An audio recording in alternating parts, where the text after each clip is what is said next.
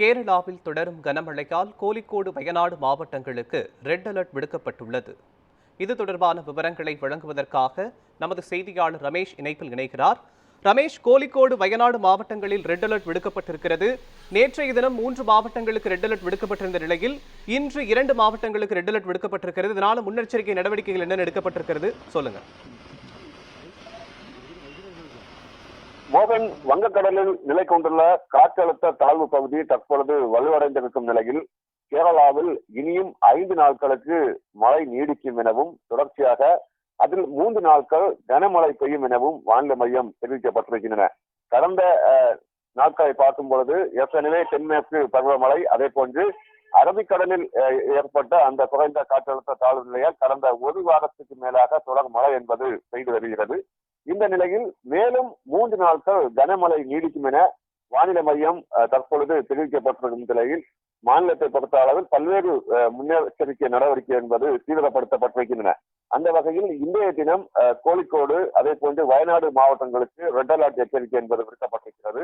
தொடர்ச்சியாக பத்தனந்திட்டா, கோட்டயம், எர்ணாகுளம், இடுக்கி, திருச்சூர், பாலக்காடு, மலப்புரம், கண்ணூர், காசர்கோடு போன்ற மாவட்டங்களுக்கு ஆரஞ்சு அலர்ட் எச்சரிக்கையும், தொடர்ச்சியாக திருவனந்தபுரம், கொல்லம், ஆலப்புழா மாவட்டங்களுக்கு மஞ்சள் அலர்ட் எச்சரிக்கையும் விடுக்கப்பட்டிருக்கின்றன.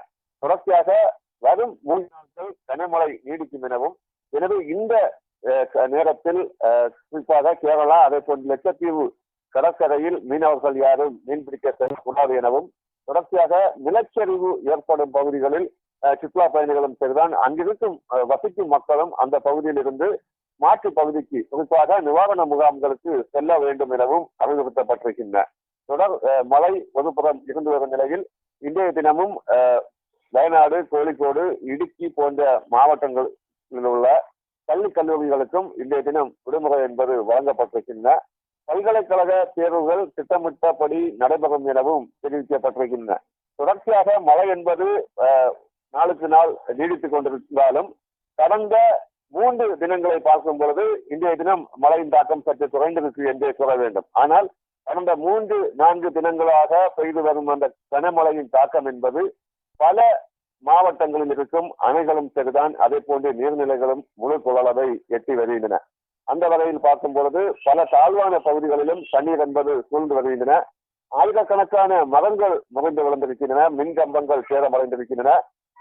பல கிராமங்கள் இருளில் மூழ்கும் ஒரு சூழலும் ஏற்பட்டன. ஆனால் இதிலிருந்து அவசர கால நடவடிக்கை எடுக்கப்பட்டு பல்வேறு பாதிப்புகளிலிருந்து சீரமைக்கப்பட்டு வருகின்றன.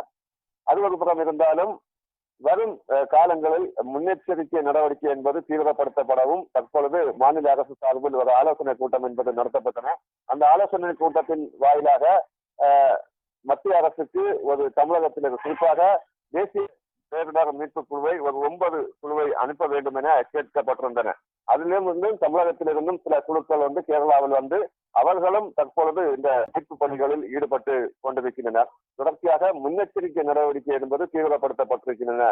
மோகன், கேரளாவில் தொடரும் கனமழை காரணமாக கோழிக்கோடு, வயநாடு மாவட்டங்களுக்கு ரெட் அலர்ட் விடுக்கப்பட்டது தொடர்பான விவரங்களையும் அரசு முன்னெடுத்திருக்கும் முன்னெச்சரிக்கை நடவடிக்கைகள் தொடர்பான விவரங்களையும் வழங்கியதற்கு நன்றி ரமேஷ்.